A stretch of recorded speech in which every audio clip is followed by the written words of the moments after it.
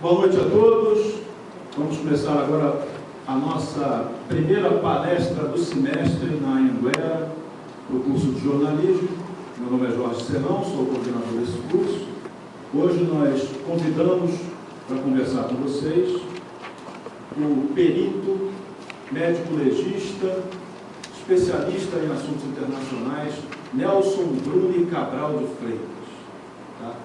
Ele vem trazendo para vocês uma palestra que é dada em cursos paramilitares, em cursos para a formação de política estratégica da Associação dos Diplomados da Escola Superior de Guerra, aonde o Nelson Bruni é diretor de Ciência e Tecnologia.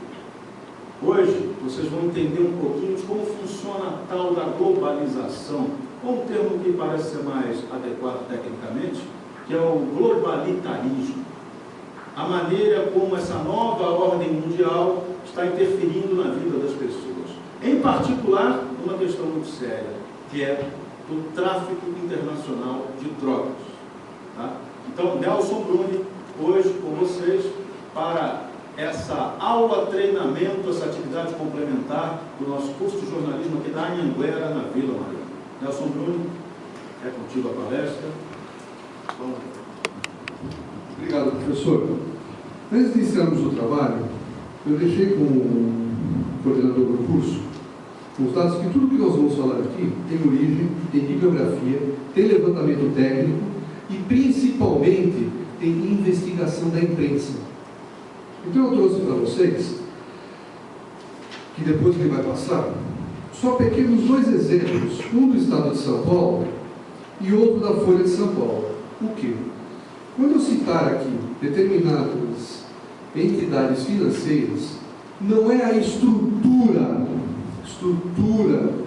não é o banco, não é a instituição financeira, mas sim pessoas que trabalham nas instituições financeiras e que as usam para fins delitivos.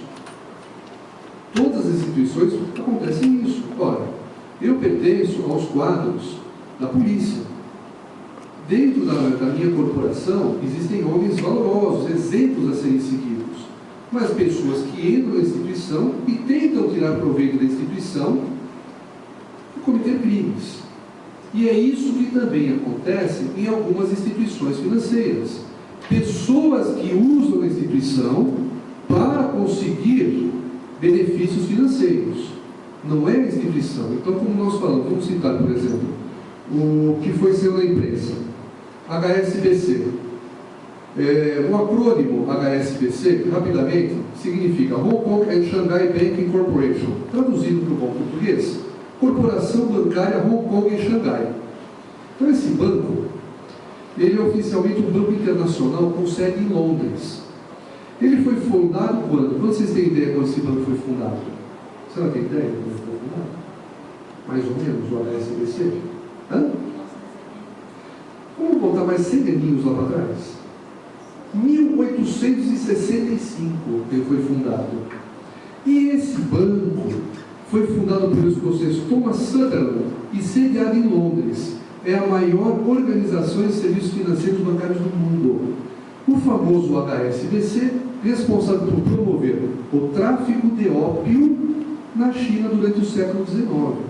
Então, esse banco, ele começou traficando ópio sobre a vida e os cadáveres dos chineses. A senhora sabia disso? Não. Os senhores sabiam disso? Isso significa o quê? Que vocês têm que estudar. Vocês são repórteres, vocês têm que ir atrás da notícia, levantar como que surgiu esse banco, da onde ele veio, o que aconteceu. Só que hoje é uma instituição séria. As pessoas usam as instituições sérias e elas não podem pagar por isso.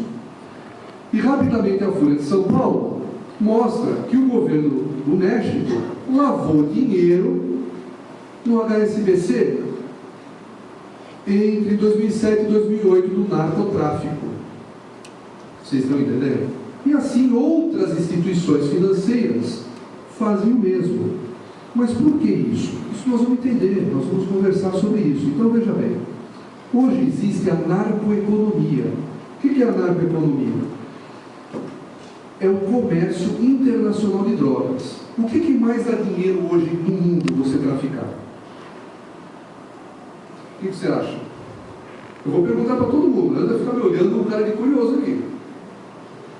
O que você acha que mais dá dinheiro hoje no tráfico? O tráfico. O que é? Você acha que é só tráfico de droga? Tráfico de gente. Tráfico de armas. Tráfico de pessoas. Prostituição para fins sexuais. Então, veja bem, o tráfico de droga, tem ano que o tráfico de droga está na frente, tem ano que o tráfico de droga está atrás. Então, é tráfico de droga, tráfico de arma e tráfico de pessoas e órgãos. Vender órgãos, turismo de órgãos. Você vai para determinados locais do mundo para comprar um rim, comprar um fígado. Sabia disso? Vocês são o quê? Repórteres. Então vamos lá. Nós vamos falar das estatísticas, do comércio mundial de drogas e o interesse da nova ordem mundial no tráfico de drogas. É onde o dinheiro está. Então veja bem, elas são as nossas novas especiarias. O novo comércio chegando, principalmente no final da década de 60 e a explosão da década de 70. Então vamos lá. Existem drogas para todos os gostos. O que quiser tem. Se quiser ficar doidão, é só ir lá no portfólio e escolher o que você quer. Você quer ficar calmo, você quer ver disco voador, você quer dormir, o que você quiser tem hoje. Então veja bem, o tráfico de drogas arrecada anualmente valores entre 750 bilhões a trilhões de dólares. Trilhões de dólares. Aproximadamente 230 milhões de pessoas, ou 1 em cada 20 no mundo, utilizam drogas ilegais sistematicamente, ou seja, todos os dias. Segundo a ONUDOC, 0,6 a quase 1% da população hoje é usuária de drogas. Quantas pessoas nós temos no mundo hoje? 7 bi, né? Quanto que é 1%?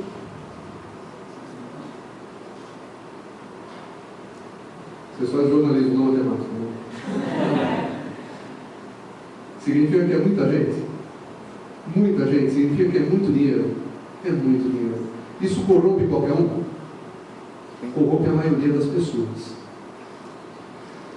O comércio ilegal de armas movimenta valores entre 850 bilhões a cerca de 1 bilhão, 1 bilhão e 200 por ano. 35% dessas movimentações são feitas por criminalidade organizada. Para os senhores entenderem, a criminalidade hoje, ela está globalizada também. Globalizada até o crime. Por quê? Porque essas entidades criminosas, elas transitam entre si hoje. Então a pessoa do Brasil tem um contato com a pessoa da Europa, do leste europeu e etc. O máfia corsa, a Dangreta na Sicília e etc. Então eles ficam trocando as suas necessidades por um único fim: ter dinheiro, lucro, grana, a qualquer preço. Então são pessoas que são mercadores da morte. Agora, o que se coloca muito, que o usuário não tem culpa. Na minha opinião, lógico, o usuário, aquele que faz uso contumaz, ele é doente, mas ele tem a participação dele. Por quê? Antes dele ser um doente, ele era aquele que ficava usando aquela droguinha, aquela maconha que estão querendo liberar hoje, que é a porta de entrada para todas as outras drogas. A maconha é a porta de entrada para todas as outras drogas. E a maconha que se usa hoje, ela tem um teor de THC muito maior do que o vendido na década de 70. Então ela vicia muito mais, ela causa muito maior dano. Atrofia ventrículo cerebral, causa diminuição do espermatozoide, com câncer de lábio, tumor de pulmão. E vem falar que a droguinha não faz nada, a maconha não faz nada. Quem aqui fuma maconha? Levanta a mão. Ninguém que fuma maconha, né? Então tá bom. Aí olha para trás para ver se alguém fuma. Aqui, ó. Eu faço uso, sim. E discordo aí de algumas coisas que você falou, mas... Perfeito. Mas lá na frente você vai concordar com tudo. Beleza. Ó, o tráfico de seres humanos ou órgãos, valores 32 bilhões. A indústria automobilística, 1 trilhão. A petrolífera, 900 bilhões, segundo a revista Forbes. Então isso daqui fatura mais do que uma indústria automobilística, mais do que a produção de petróleo. E o que você tem que gastar para produzir isso daqui? Você não gasta quase nada, você mantém as pessoas que produzem isso daqui sob uma situação de escravo e não paga imposto. Você gera o que com isso daqui? Morte. Só morte. Os valores das 3 principais atividades criminosas somadas equivalem ao PIB entre a Rússia e a Itália. Tráfico de drogas, tráfico de arma, tráfico de pessoas, você consegue o valor de 2 trilhões de dólares, segundo a Forbes. Olha o PIB disso daqui. O capital acumulado por todas as máfias do mundo é estimado em 3 trilhões, ou 10% da produção mundial, segundo coloca a Newsweek, o equivalente ao PIB da Alemanha. Vocês conseguiram começar a tomar a noção do volume financeiro, do poder que isso daqui faz? Do poder que é isso daqui? Vamos lá. Desde a antiguidade, usam-se drogas para fins terapêuticos e recreacionais. Cada época teve a sua droga do mundo, a droga da moda. Por exemplo, o êxtase. O êxtase começou a ser sintetizado em que ano? Fala para mim. Quando? 80 e nem 90. 60 também não. Primeira Guerra Mundial. Porque vocês já ouviram falar, não, o louco não, o cara fica louco. O cara fica louco. Vocês já ouviram falar num laboratório chamado Bayer? Lá, alemão. Ele fez essa substância, que é uma anfetamina, que ela deveria ser usada para que soldados usassem essa substância e diminuísse a fadiga e a fome, e ele conseguisse lutar mais. Só que tem um pequeno problema. Diminui a fome, diminui a fadiga, mas o cara fica louquinho. Como que você pega um soldado e dá uma arma na mão dele com ele louquinho? Como é que você faz? Você não faz, você tira do mercado. Aí descobriram, ou redescobriram essa droga na década de 60 para 70. E começaram a usar. E o Brasil, como copia tudo atrasado, chegou aqui na década de 90. Com as casas noturnas, com as raves, e está aí, o êxtase. O LSD, 1930. Então não há, na realidade, novidades em drogas. A pessoa vai, pega o que já foi descoberto e vai usando conforme a necessidade da época. Então veja bem, em 1909, Xangai, a primeira reunião internacional convocada pelos Estados Unidos para discutir o uso do ópio, porque os Estados Unidos, eles possuem um centro monolítico de poder. O que é esse centro monolítico de poder? Muda o governo, mas a política de Estado continua. E assim você tem uma continuidade de uma nação. O Brasil tem centro monolítico de poder? Tem?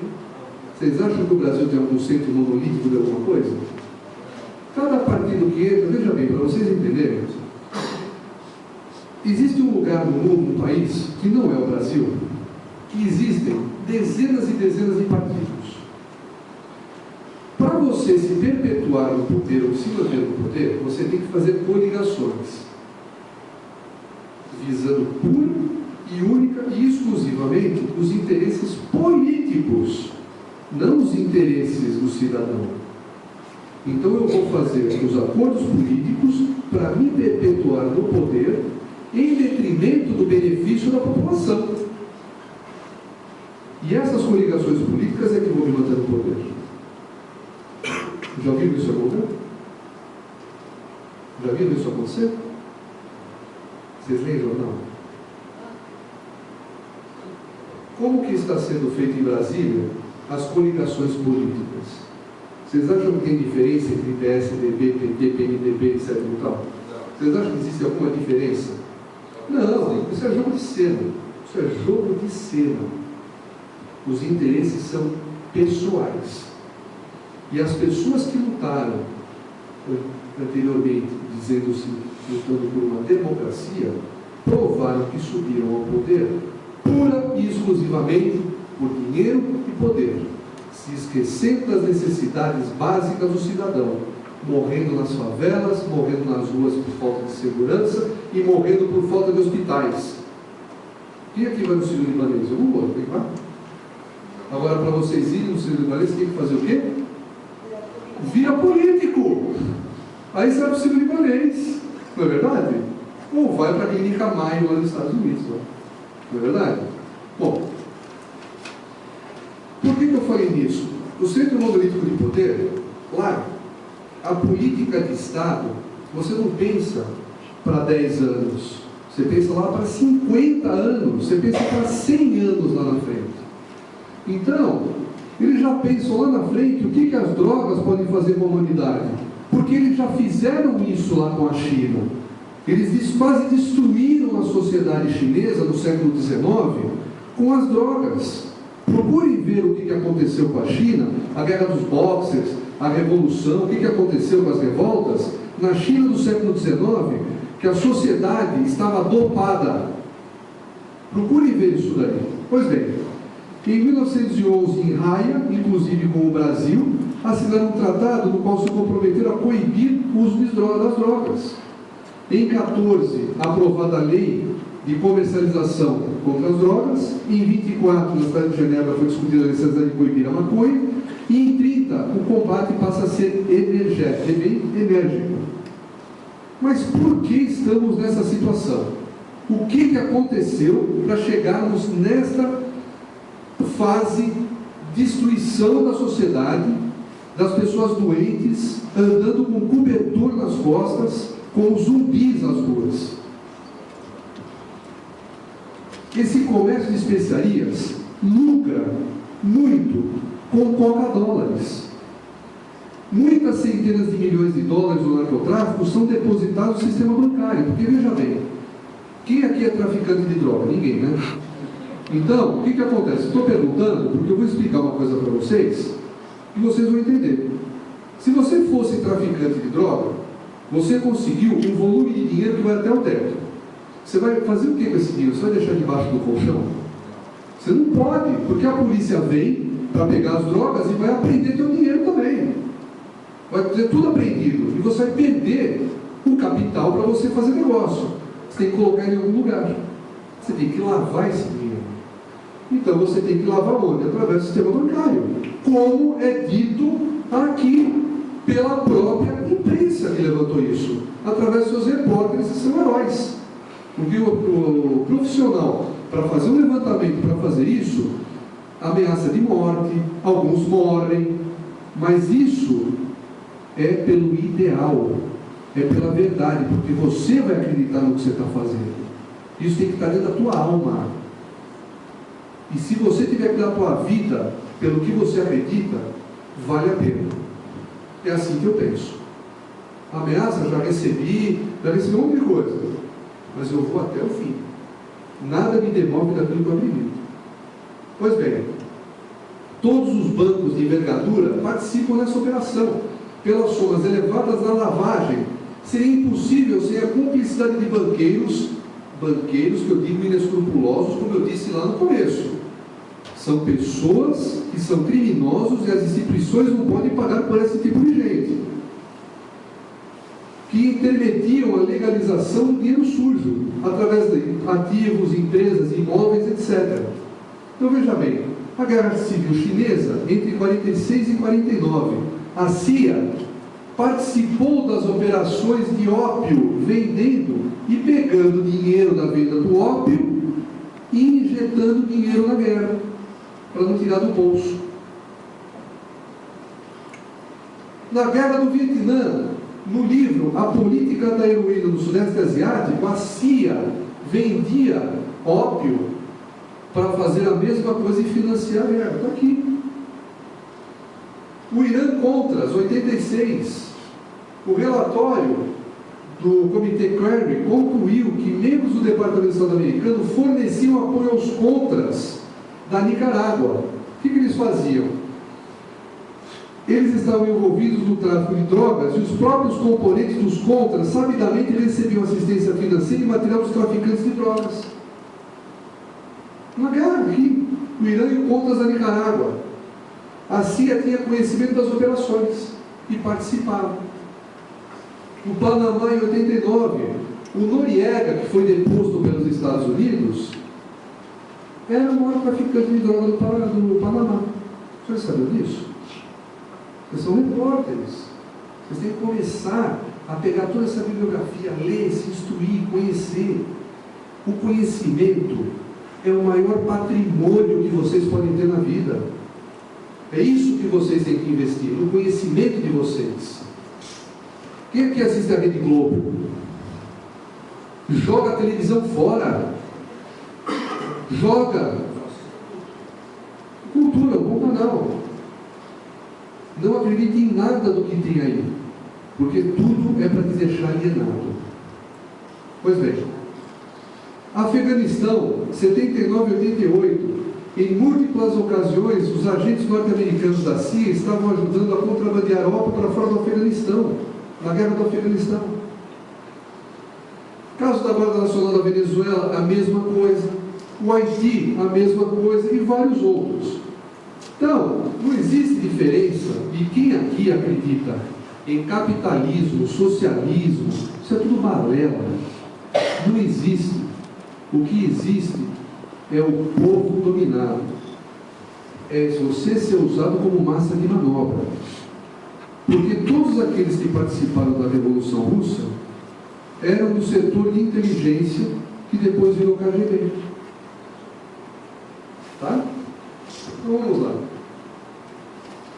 Pírio Fraga e Janaína Lage, da Folha de São Paulo, de 28 de 11 de 2010, sobre a economia do tráfico de drogas. O tráfico emprega na cidade do Rio 16 mil pessoas, vende mais de 100 toneladas de droga, arrecada 633 milhões por ano, ou seja, gera tantos empregos quanto a Petrobras, arrecada o mesmo que o setor têxtil de todo o estado do Rio de Janeiro, equivale a 5 vezes mais do que o total de apreensão anual de cocaína pela Polícia Federal. Quer dizer, o que a Polícia Federal apreendeu, eles traficam de 5, 6, 7, 10 vezes mais. Não dá, isso não para. Isso não para. Então, como é que você vai lutar contra uma apreensão? Esse traficante deixou embaixo do colchão. O que aconteceu? Porque foi no México. Ele foi no México. Dá para você... Isso aqui é dólar, meu, não é real. Isso é dólar. Dólar e euro. Hã? Não, às vezes não é uma lesão. O cara acha que ele está tão por cima, que ele está mandando tanto, porque ele perde. Veja bem, o criminoso, ele é realmente burro, ele é idiota e ignorante. Porque senão ele não seria bandido, eles seriam pessoas inteligentes como vocês. Mas o que acontece? Acontece aqui no Brasil. O crime perdeu a noção, porque eles acham que eles podem tudo. Então essa pessoa achou que podia tudo. Isso aqui estava na casa do traficante. Olha o volume de dinheiro disso daqui. Se isso estava parado, imagina que estava rodando. Então vamos lá. Olha aqui, ó. Isso daqui não é montagem, não. Oi?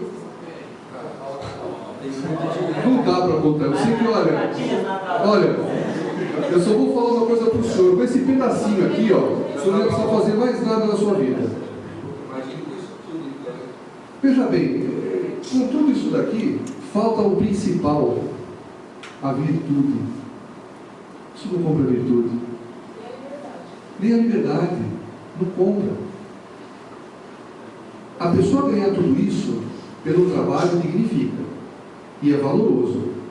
Mas ganhar isso em cima da alma das pessoas é criminoso. Vamos lá.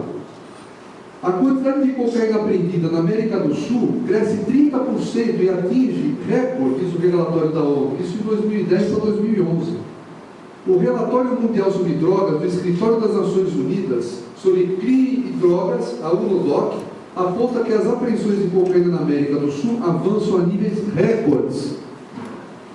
O problema está aqui, na pobreza. Aqui é aqui que está. Mandado por esses daqui, ó. Olha aqui, ó. Esse que é o problema. Olha aqui. O problema está aqui. Eu vou contar uma coisa para vocês. O pé do papo aí. Tráfico de pessoas, para vocês entenderem e fazerem a mesma analogia com o tráfico de drogas. Tráfico de pessoas, como que eles agem? Eles vão em casas noturnas, locais, onde tem moças, às vezes tocando e ganhando a vida honestamente. Ganhando a vida honestamente. Começam a assediá-lo e falam, olha, eu tenho um emprego lá no leste europeu, ou na Europa, Alemanha, etc. Você é uma moça que canta bem, você é uma pessoa de boa postura, você é uma pessoa inteligente, e começa a falar bem dessa pessoa. E se você fizer o perfilamento e ver a parte emocional dela, são pessoas de baixa autoestima, escolaridade baixa, querendo vencer na vida. Então, são pessoas que já têm uma debilidade emocional. E são aliciadas e levadas para lá. São levadas.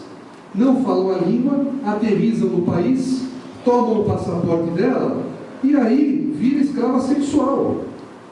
É assim que eles fazem. Por que eu estou te dizendo isso? Você tem um agenciador, que é o contato entre a vítima e a pessoa que comanda isso. Quando ocorre o resgate dessas pessoas, quem consegue ser resgatado, e às vezes é preso o gerente, você não tem ligação entre o gerente e o coordenador, porque ninguém sabe quem é que manda.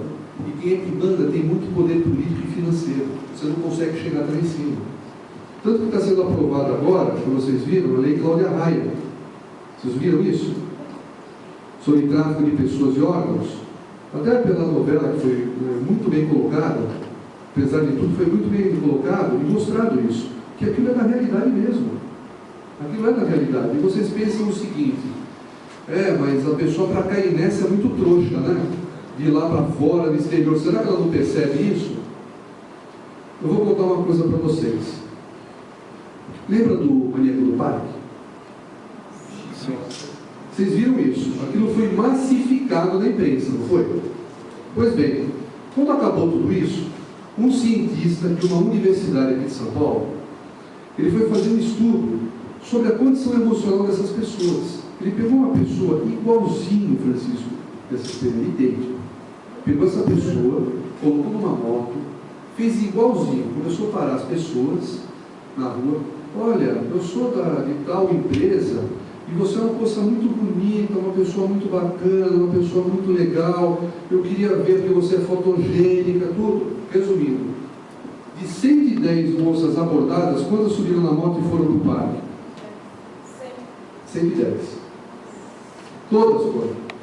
E aí, quando entrou, perguntaram, escuta, menina, nós somos da universidade tal, nós estamos fazendo levantamento, por que você veio? Foi a pergunta mágica.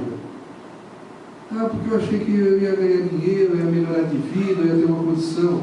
Então é tudo, veja bem, é uma pena, porque as pessoas, elas merecem uma condição de vida mais digna do que nós estamos vivendo nesse país. As pessoas precisam ter oportunidades melhores, qualidade de vida melhor. É um absurdo uma pessoa ficar 5, 6 horas aí no ônibus, perder tanto tempo. Ou eu estou falando alguma besteira? Ou eu estou devaneando? Eu acho que não. Acho que um país, uma nação, para se fazer efetiva, as pessoas têm que começar a se preocupar umas com as outras. Do jeito que está, nós vamos chegar em lugar nenhum. Não dá mais, chegou no limite. Isso aí que acabou. Vamos lá. Você hoje se sente acorrentado. Você tem medo de sair na rua, você tem medo de passear, você sabe a hora que sai, não sabe a hora que chega. Você pode virar uma vítima a qualquer instante. E sempre no estado de sobressalto. Existe um objetivo para estar assim. Nós vamos ver lá na frente. A guerra de quinta geração. Já ouviram falar em guerra de quinta geração? Eu creio que não. A guerra de primeira geração, o que é isso? Possui uma característica em que você tem uma guerra de linha e coluna. Lembra antigamente como os soldados ficavam em linha e coluna no ataque? Era mais agrupado e tendo uma ordem nisso. Durou entre 1648 e 1860, porque aí vieram os adventos das armas de fogo e matava todo mundo na linha, morria todo mundo, então alguma coisa tinha que mudar. Passou a guerra de segunda geração, aonde o poder de fogo era cuidadosamente sincronizado. Vamos ver se vocês entendem. Guerra de terceira geração não era mais baseada no poder de fogo, mas na velocidade e na surpresa do deslocamento, e que foi usado muito pelo exército alemão na Segunda Guerra Mundial. Aí vem a guerra de quarta geração. Presta atenção agora. O Estado perde o monopólio sobre a guerra. Em todo o mundo, os militares se concentram combatendo oponentes não estatais. São os grupos terroristas, são os Al-Qaeda, são os grupos ETA, IRA, FARC, etc. É o Estado lutando contra não Estado. E a guerra de quinta geração que nós vivemos aqui no Brasil é caracterizada pelo ataque não militar de um Estado contra outro, dentro de suas próprias fronteiras, através da presença física de seus agentes, cooptados ou não. Nós trouxemos aqui para o Brasil uma senhora chamada Elaine Dewar, uma jornalista canadense. Escreva o nome Elaine Dewar, com W, e pesquisem sobre ela. Essa senhora é uma jornalista canadense que veio aqui para o Brasil na década de 80 cobrir a nossa Constituição. Ela fala no livro dela, Uma de Mão de Verde. Escreva, Uma de Mão de Verde, o título desse livro, leiam esse livro. Onde ela levantou que 170 deputados estavam pagos por grupos financeiros internacionais para aprovar na nossa Constituição dispositivos para fazer com que o país ficasse emperrado e não se desenvolvesse, para fazer o país chegar na situação que está. Ela falou isso. 170 traidores do Brasil, pagos por dinheiro internacional, para fazer um jogo político internacional das grandes corporações e dos governos internacionais, aqui no nosso país. Por quê? Porque não precisa da presença física de um exército. Hoje você joga seus agentes, compra as pessoas e garante a sua vitória em questões de interesse dos estados lá fora. Os estados lá fora.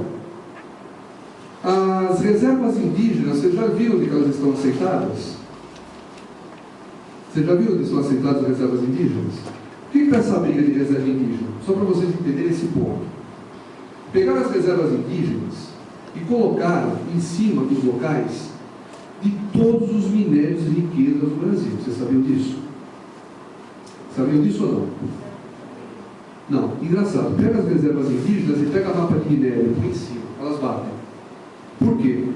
Porque essas reservas indígenas estão sendo chamadas de nações indígenas. Nações indígenas. Aí, o que você precisa para ter independência de um local? Você precisa ter a mesma etnia, você precisa ter a mesma língua e uma delimitação. Pronto, você já tem um Estado ali. Amanhã essas nações indígenas, elas podem falar o seguinte: nós queremos independência, porque nós não queremos ser mais do Brasil. Com apoio da ONU, que já se pronunciaram e vão fazer um levantamento, e se essas nações indígenas quiserem sair do Brasil, vão poder, com o apoio da ONU, fragmentar o Estado brasileiro. O general da Amazônia, como é que ele chamava? O general Heleno, que foi o comandante da Amazônia. Procurem ver as declarações do general Heleno sobre isso. General Heleno, batam isso na internet, levantem isso. O que está acontecendo? E não precisa ir muito longe. Coloca no YouTube Vilas Boas, Yanomami. Ele vai falar aí, há 25 anos atrás, Orlando Vilas Boas. Vocês já ouviram falar, não ouviram?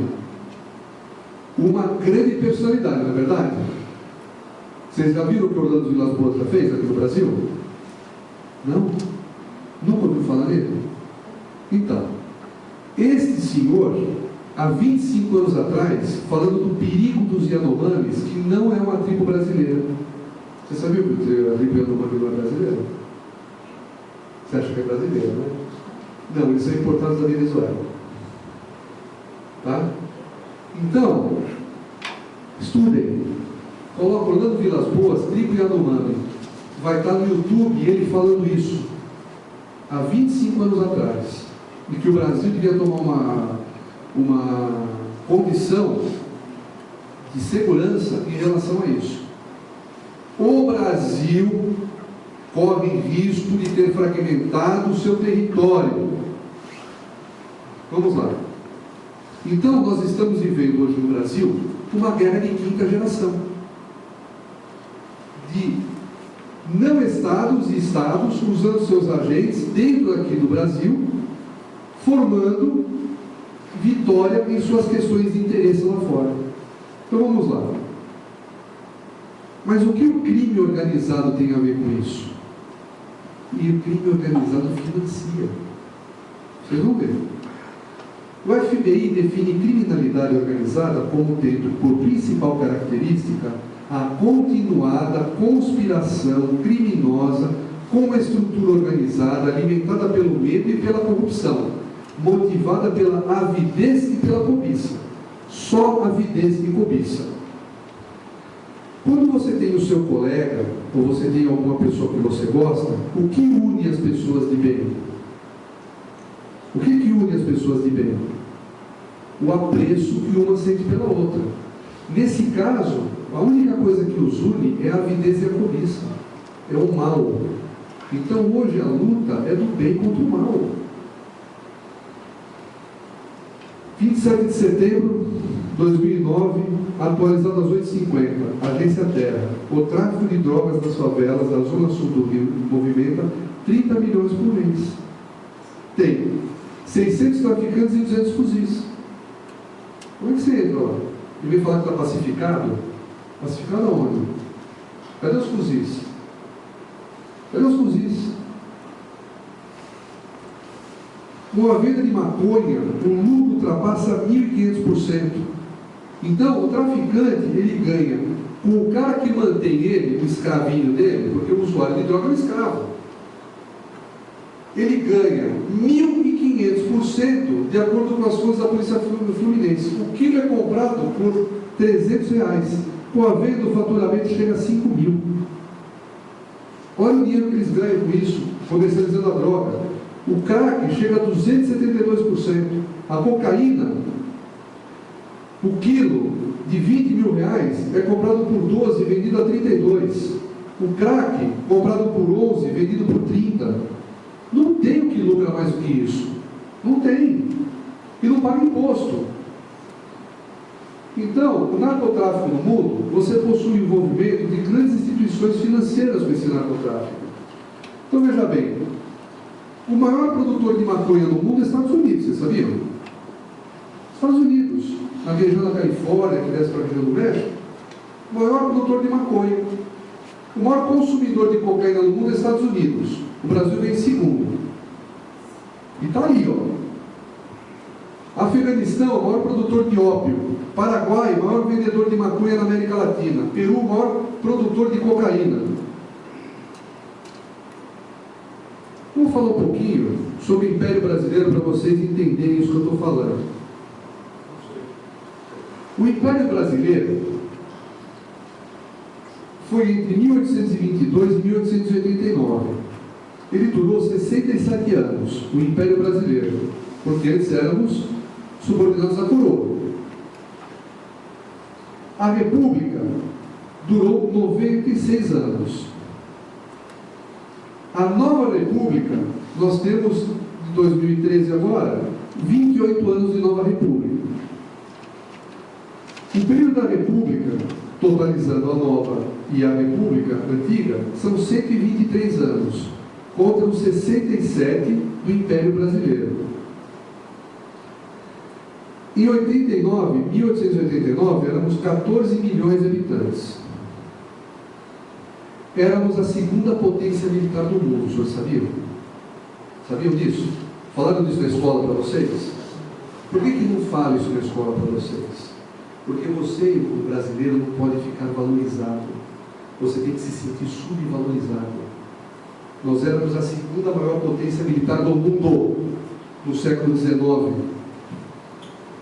O Maranhão, o que é o Maranhão hoje, hein? Imperatriz não tem esgoto. O estado mais pobre do Brasil. Maranhão era a quinta potência do mundo. Só o estado do Maranhão era a quinta potência do mundo, senhores. São Paulo, café, tínhamos ferrovias, etc. Segunda força naval do mundo, dominava o Atlântico, projeção do poder imperial avançava na África e o Extremo Oriente, até o Extremo Oriente, e preocupava o maior império do mundo, que era o Império Britânico. Senhores, pode ter competição no mundo, tenta-se, mas é destruído. O que aconteceu com o Império Brasileiro? Hoje o Brasil é 60ª militar e a 88ª em educação no mundo. Olha o que éramos e o que somos. Tem alguma coisa de errado, não tem? Não tem alguma coisa de errado? O Império Britânico, ele acabou com a concorrência. No século XIX, no começo do século XX, ele acabou com todos os impérios do mundo. O Império Britânico acabou, só ficou ele. Só tem o Império Britânico. Eliminou o Brasil, Portugal, o Império Otomano, o francês, o russo, o austro-húngaro e o alemão. Acabou. Existe uma passagem que isso é histórico. Quem fez a Revolução Russa? Vocês sabem quem fez a Revolução Russa? Vocês sabem quem fez a Revolução Russa? Quem fez a Revolução Comunista? Fala para mim. Foi Stalin, Lenin, todo esse pessoal. Tem alguém por trás. Quem é por trás? Eu vou mandar para o Serrão a bibliografia de quem fez isso. Winston Churchill, numa declaração, ele disse o seguinte: Lenin saiu da Alemanha, saiu da Suíça, dentro de um vagão de trem lacrado, como um bacilo de uma peste, e lançamos ele na Rússia, com 40 milhões de libras para fazer a Revolução Russa. Quem fez a Revolução Russa foi o capitalismo ocidental. O Império Russo tinha 5 milhões de soldados. Era o maior exército do século XX. No início do século XX, não podia ter. Acabaram com tudo. Os grandes banqueiros americanos e os ingleses financiaram a Revolução Russa.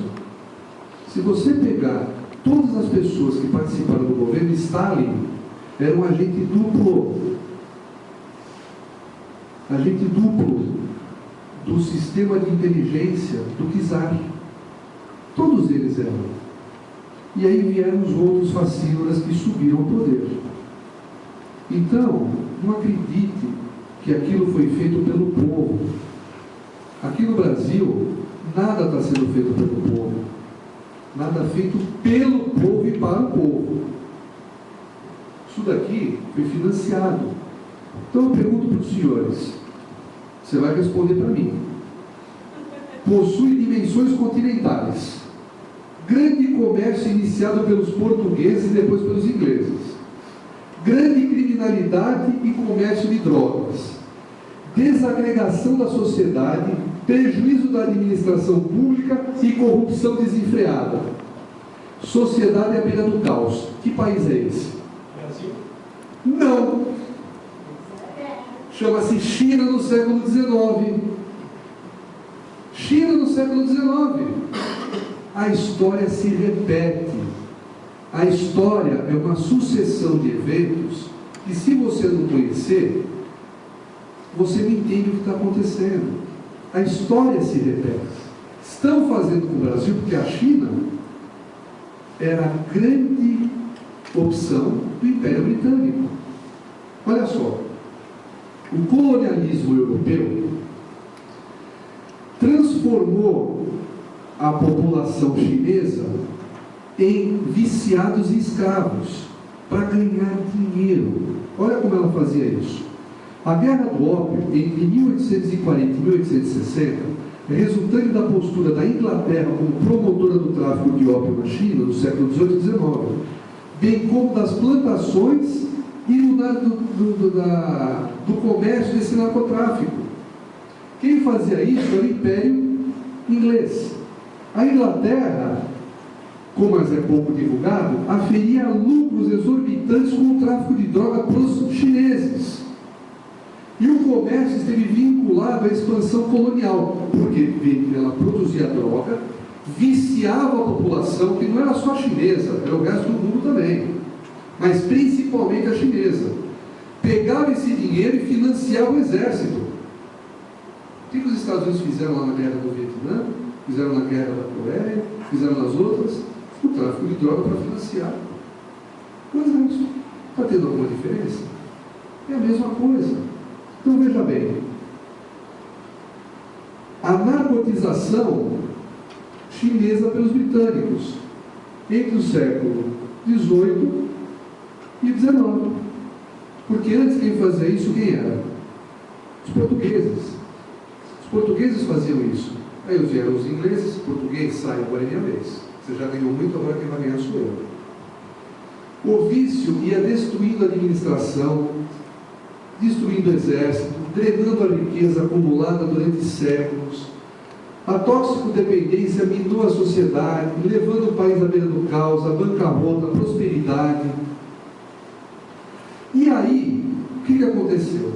Com esse comércio ilegal, empresas inglesas, como o caso, isso é só para citar, a Jardine e Matheson. A Jardine e Matheson contribuíram para proporcionar uma balança comercial superavitária para a Inglaterra no século XIX, mesmo que para tal fosse necessário usar navios armados para manter o contrabando.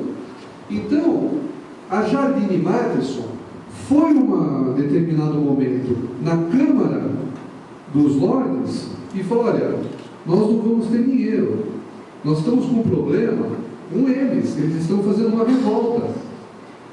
Foi bancado uma esquadra para ir na China e arrebentar com todo mundo. Foram lá e ocorreu essa revolta.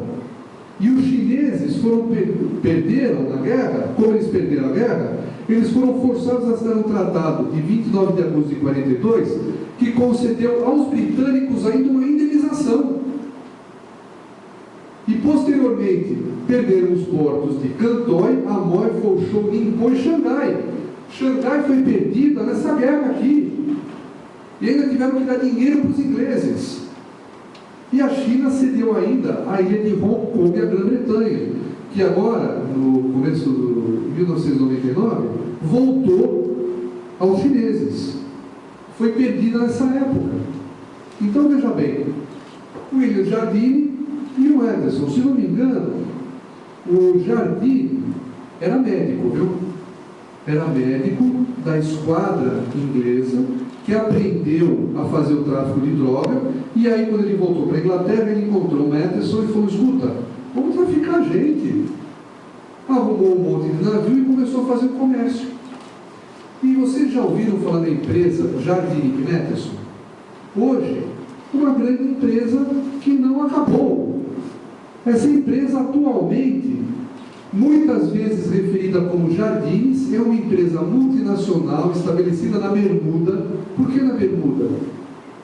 Para tomar sol? O que tem nas Ilhas Bermudas?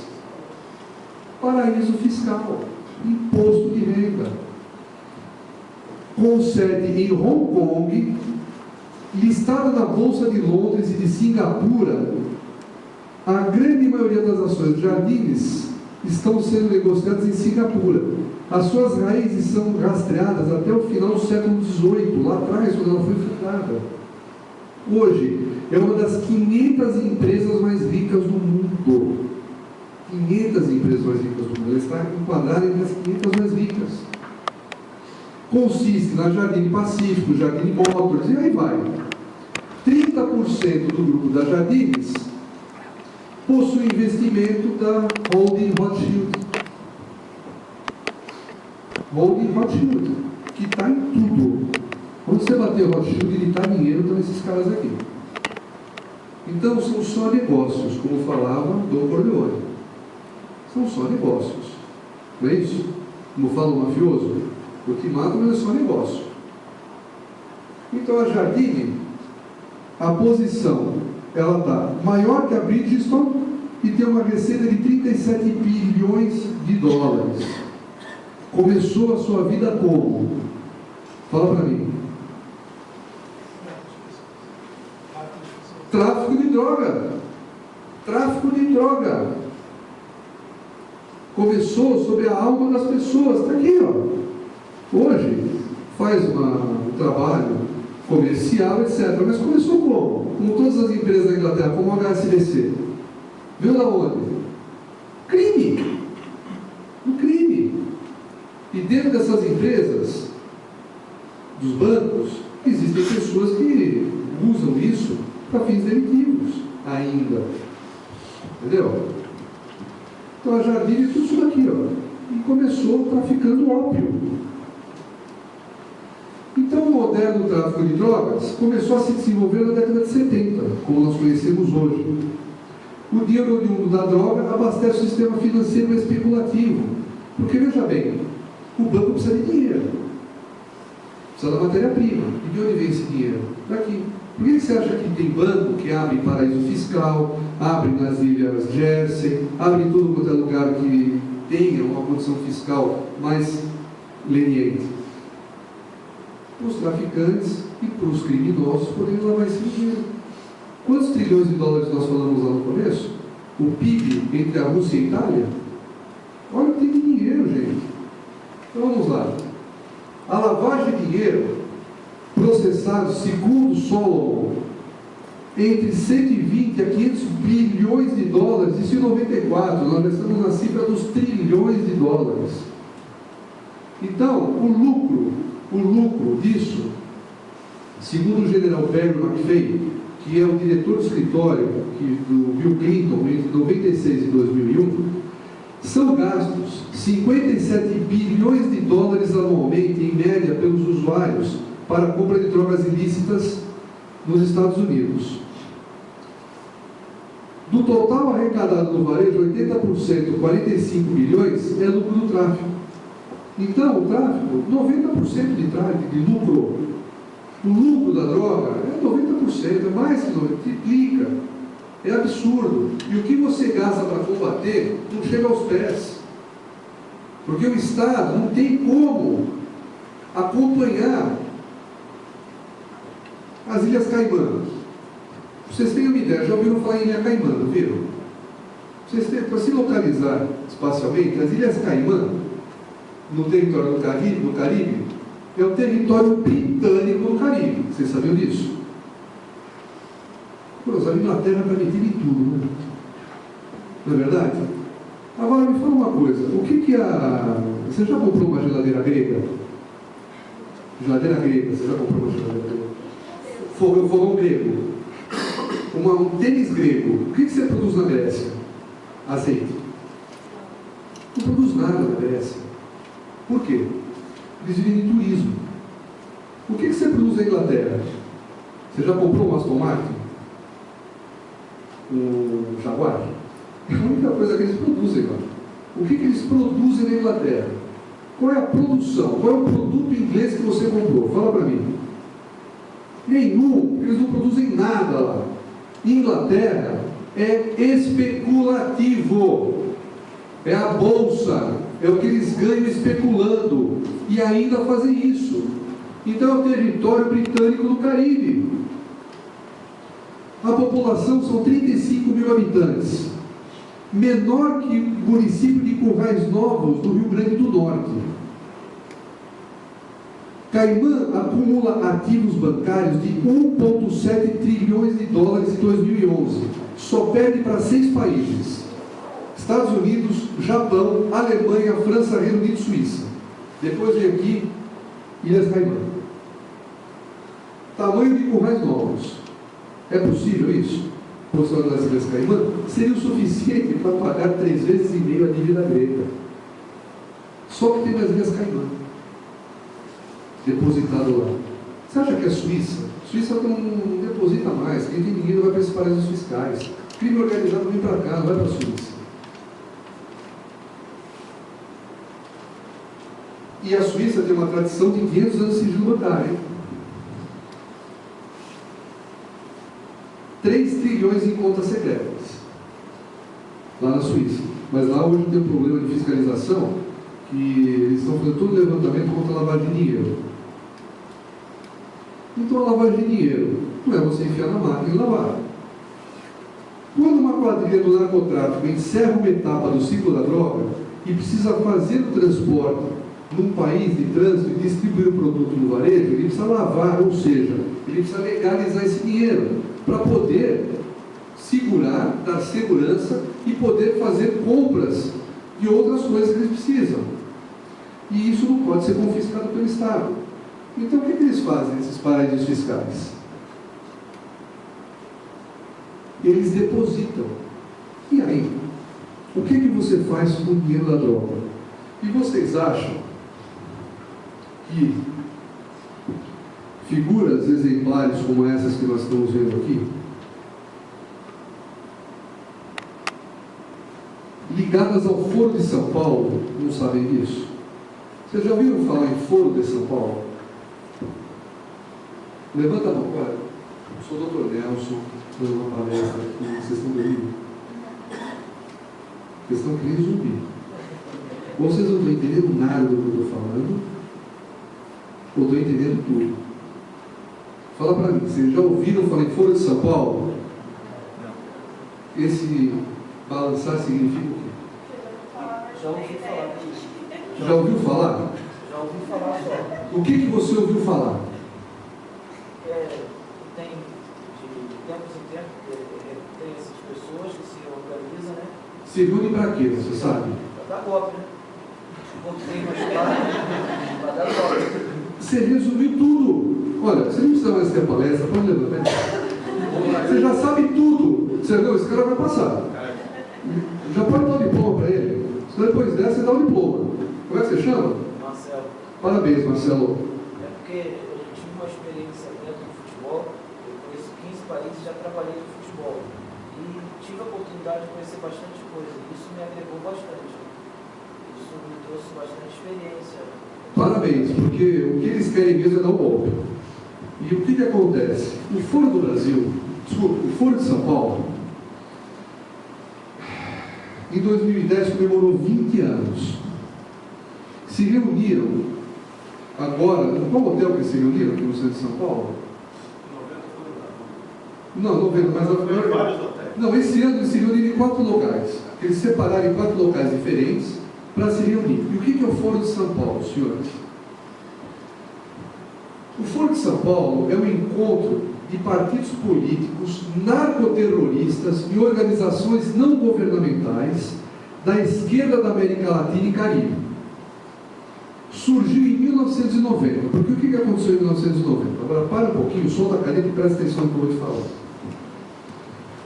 Com a queda do Muro de Berlim, que a sociedade europeia, principalmente do leste europeu, do Muro de Berlim para lá, eu tive a oportunidade de conhecer pessoas, de conhecer a Alemanha antes da queda do Muro de Berlim.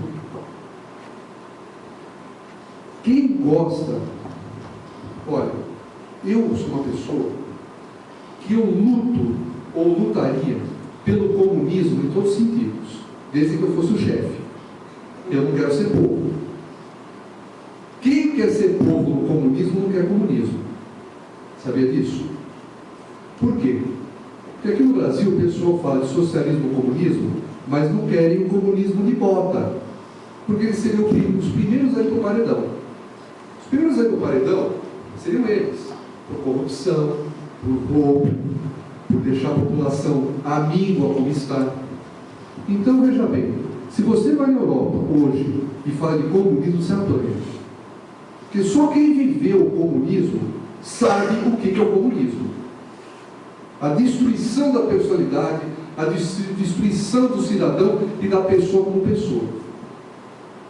E eu sei isso porque eu conheço isso. Então veja bem, eu não estou aqui para doutrinar ninguém, eu estou aqui para dar uma informação. E no final eu quero que vocês me inquiram como repórteres. Então veja bem, quando caiu o Muro de Berlim, Cuba ficou desesperada, porque Cuba recebia um aporte financeiro para se manter e para poder fazer a divulgação e a difusão do socialismo pela América Latina.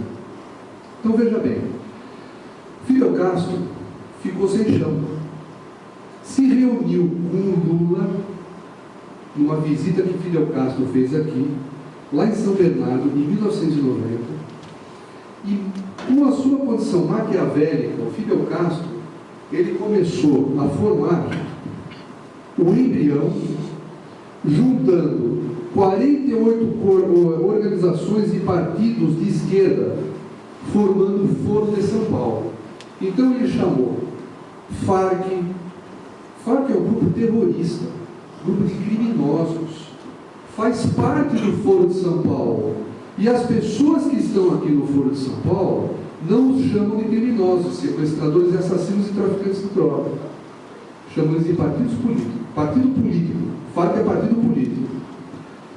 E o presidente de honra daqui é o senhor Luiz Inácio da Silva. E o que eles querem com isso? Eles visam debater a nova conjuntura internacional após a queda do Muro de Berlim e juntaram toda a América Latina. Então a democracia, quando ela é frágil, ela é subvertida. Subverteram a democracia pelo voto, tomaram o poder. E agora você não tira mais. Você não tira. O único jeito de se fazer uma democracia são as leis e uma estrutura de um Estado forte. Então, essa união de partidos de esquerda, grupos narco-guerrilheiros, terroristas, tentando criar um novo conceito do socialismo, porque o que eles falaram? Que vários socialistas e comunistas do leste europeu vieram para o Brasil para fazer um novo socialismo. O que não deu certo lá, nós vamos aprimorar agora no Brasil. Por adoção de políticas supostamente neoliberais, mas na verdade tem por objetivo a implantação do comunismo aos moldes da antiga cortina de ferro da América Latina. Desculpe, na América Latina. Então, precisa-se de dinheiro. Você não faz isso sem dinheiro. O terrorismo internacional é financiado pelo tráfico de droga. Alerta o diretor do gabinete da UNODOC, o italiano Antônio Maria Costa, que apelou a um combate conjunto contra esses problemas. O terrorismo internacional é financiado pelo tráfico de droga. E o Brasil apoia a Madre-Jave, apoia grupos terroristas. O Estado brasileiro apoia, vai na contramão. Os Estados Unidos da América, eles podem ter o defeito que quiser. E existem vários defeitos lá. E eu não sou um defensor dos Estados Unidos, mas eu sou um defensor da filosofia, da liberdade democrática que foi passada principalmente na formação do Estado americano, de uma democracia plena, de uma liberdade, onde o cidadão tem os seus direitos assegurados, coisa que nós não temos aqui nessa pseudo-democracia. Isso daqui nós estamos vendo não é democracia.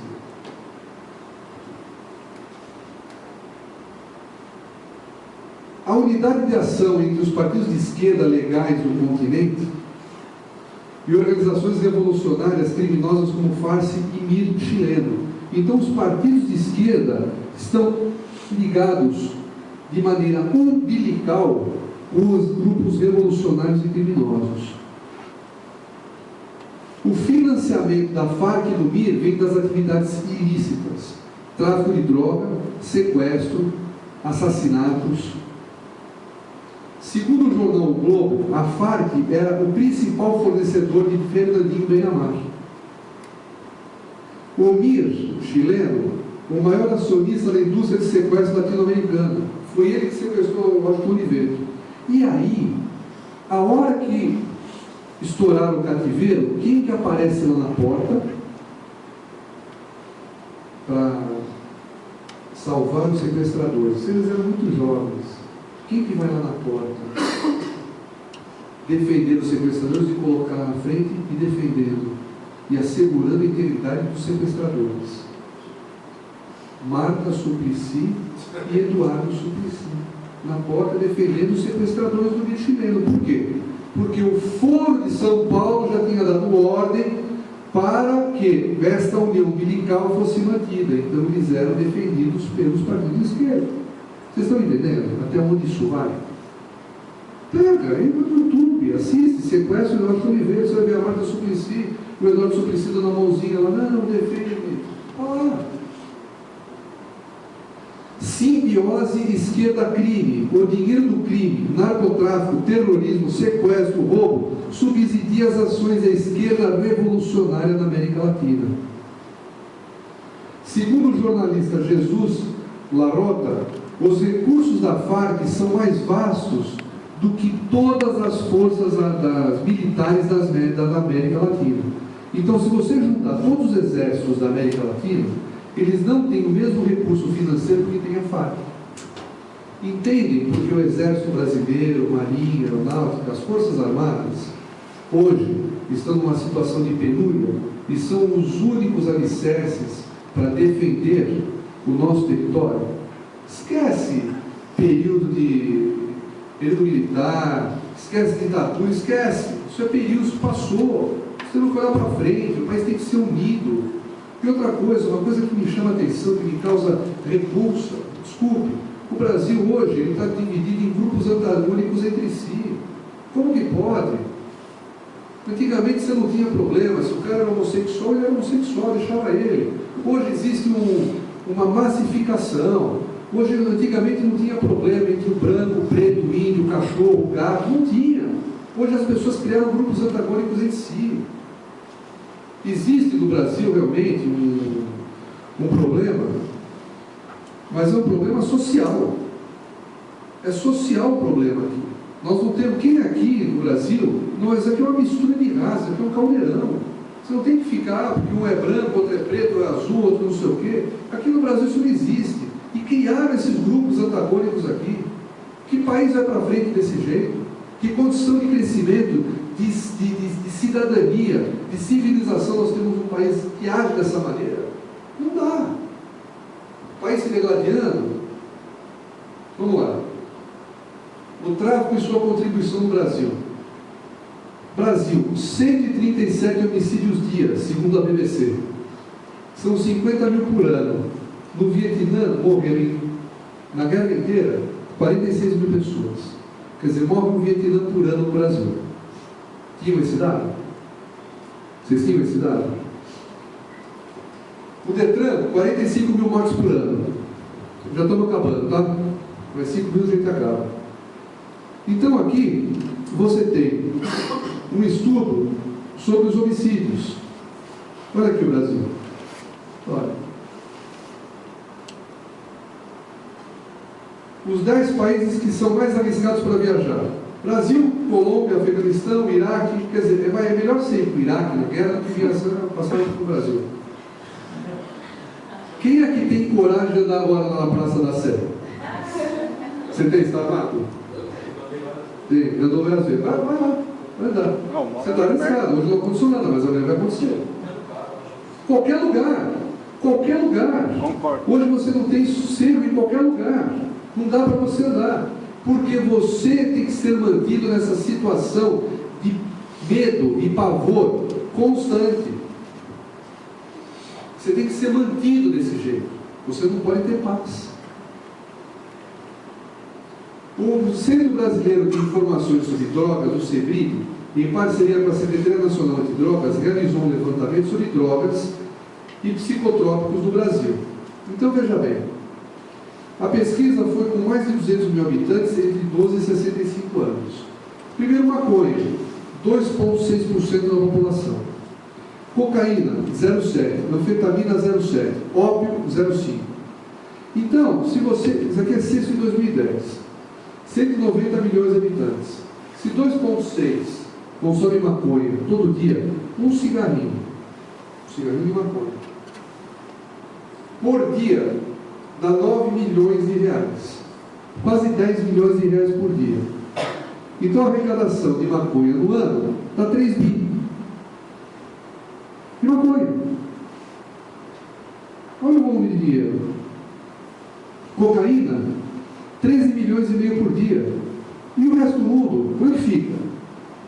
Então, mais lucro que uma Petrobras. Olha aqui, dá mais lucro a droga que a Petrobras. Você conhece essa marca?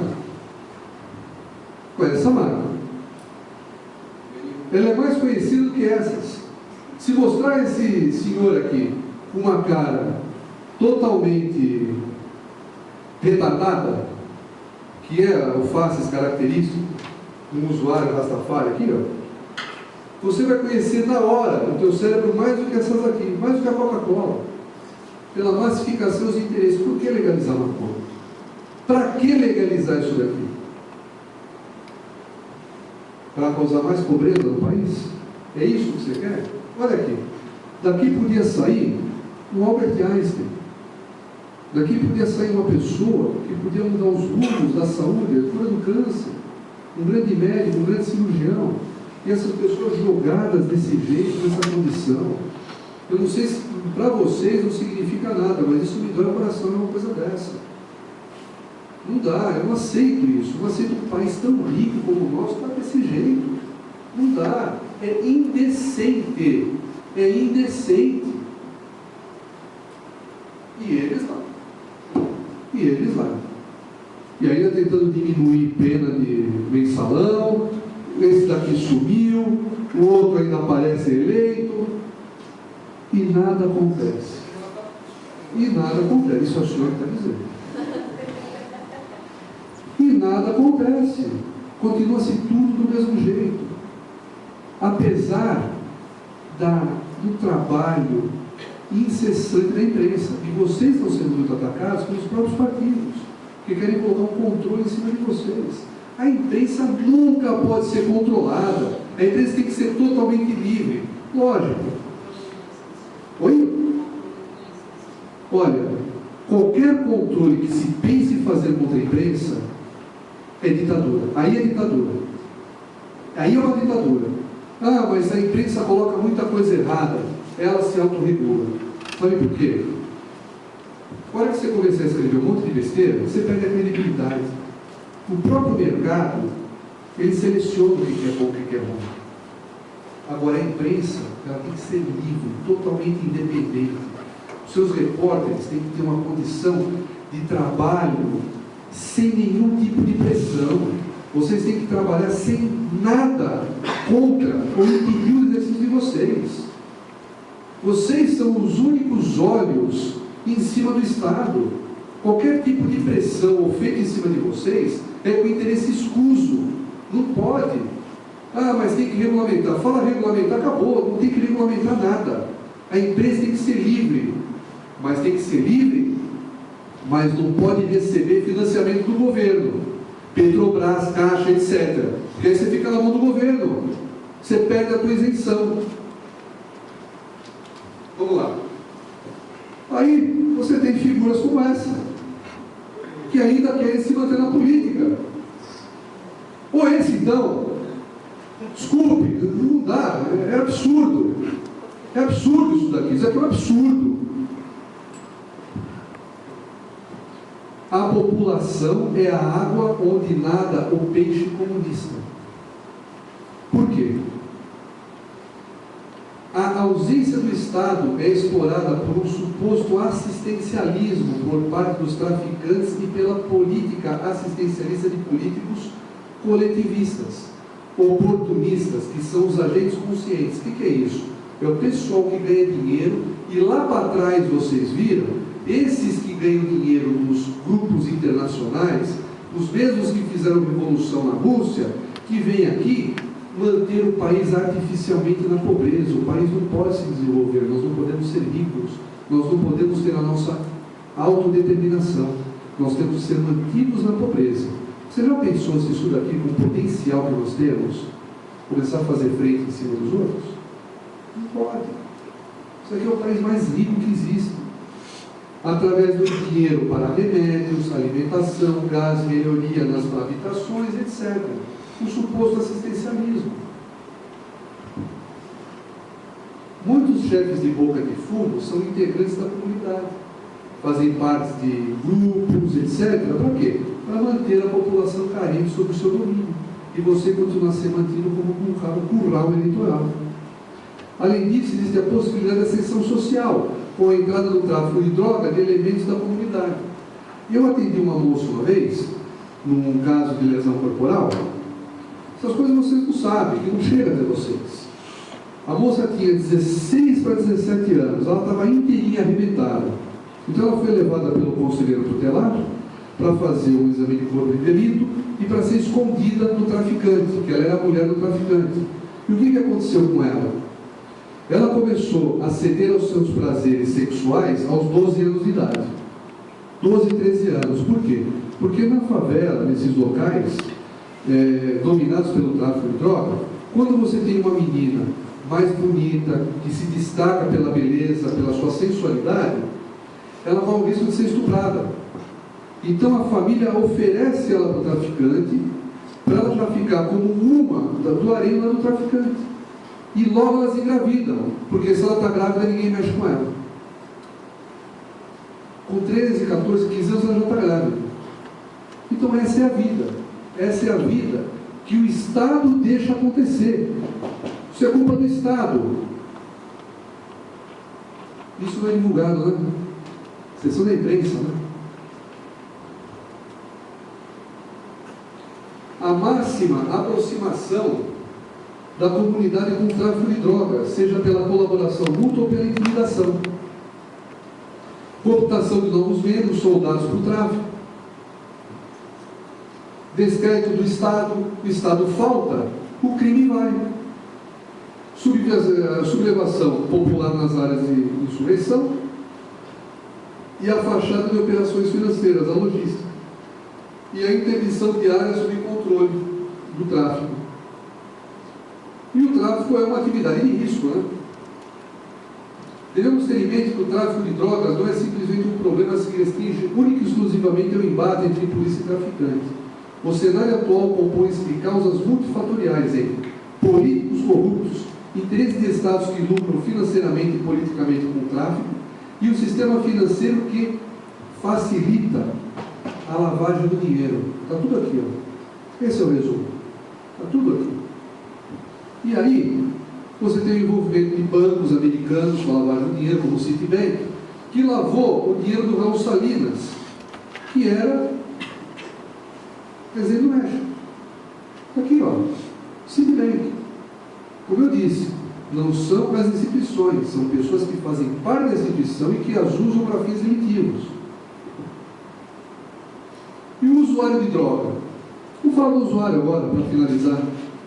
O usuário financia o crime e financia os traficantes de droga. Eu não estou falando do doente, eu não estou falando daquela pessoa que tem que ser internada, eu estou falando daquele usuário, aquele que vai na boca, compra sua pedrinha de crack, compra sua papelote de cocaína e que fuma tranquilo lá em casa. Na casa dele, lá em casa não, na dele não. Mas ele vai e dá o dinheiro para o traficante. E esse traficante, ele está contribuindo e agindo de forma mercantilista para destruir a sociedade. Financia essa atividade e financia a atividade criminosa, o usuário de droga. Então, a maconha liberada ocorreu esse confronto na USP, que é como eu disse, a instituição, ela não tem culpa, mas existem entidades que congregam pessoas que usam essas entidades para fins pessoais. Então a USP é tão lucrativa quanto o Morro do Alemão, segundo a revista Veja, do Reinaldo Azevedo.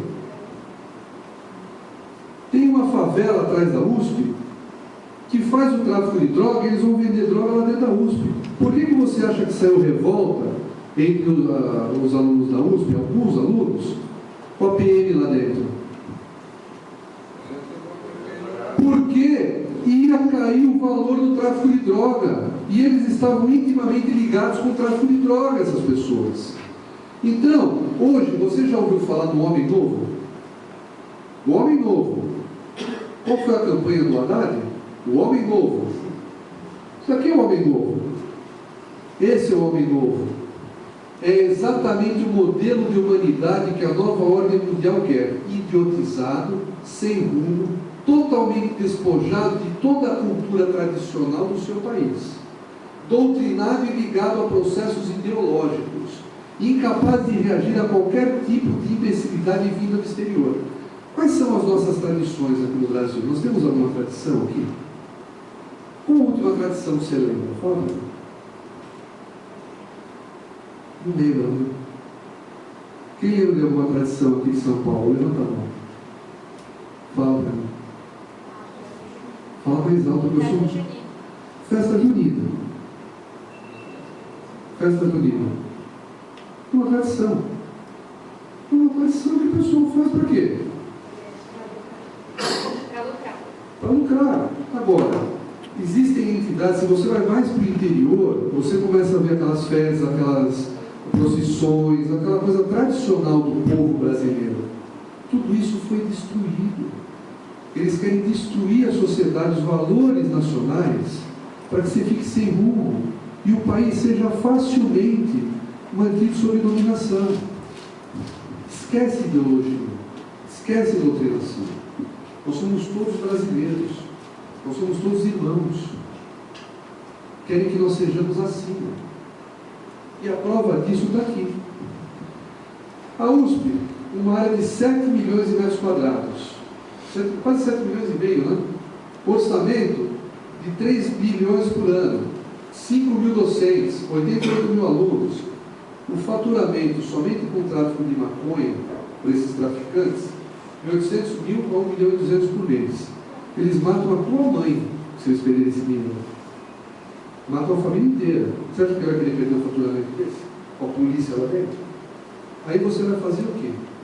Você vai usar os alunos, principalmente Fefeleche. O que é Fefeleche? Fala para mim. Faculdade de Filosofia, Ciências e Letras da USP, que é o reduto desse pessoal, que são mantidos por tudo isso para trás que eu falei. Com outras drogas, chega a 12 milhões por ano. Então, veja bem, é isso que acontece. Ó. Destruição do patrimônio público. Se você vai fazer alguma reivindicação, você esconde a cara, você vai omitir quem você é. Eu estou aqui, está sendo gravado, vai passar, e eu estou dando a minha cara e não volto um ponto do que eu estou falando aqui, porque tem origem, tem dado, tem o que fazer. Principalmente esse Foro de São Paulo que está destruindo o nosso país. Está aqui, ó, a cara. Olha aqui, ó, em cima da viatura, quebrando tudo, barricadas, tudo cara escondida, levando comidinha lá para dentro, não sei se é folha de maconha ou alface, né? Maconha. Mas está pesado, né? Porque se fosse só alface, uma só estava levando, né? O que será que tem aqui dentro? E aí o baseado, né? Libera a maconha, com o capacete do Hitler aqui, né? E aqui está o protótipo. Óculos Bauschlombe, camisa da Gap. Esse aqui é o nosso terrorista. Esse daqui é o protótipo do lutador da democracia. Olha aqui. Você acha que essa pessoa é um... anda de ônibus? Ah, uma galera que anda não quer ir? Não anda. E a nossa bandeira nacional queimada e jogada no lixo. Tá certo. Quem faz isso daqui... É crime, não é? É crime, não tem valor ao país. Existem 3 coisas que eu levo para a minha vida, e isso desde que eu me lembro de gente. 3 coisas básicas que eu levo na minha vida. Primeiro, a pátria. Primeiro, a pátria. Ou Deus. Alguns Deus na frente, a pátria depois. Para mim é a pátria. Porque se o meu solo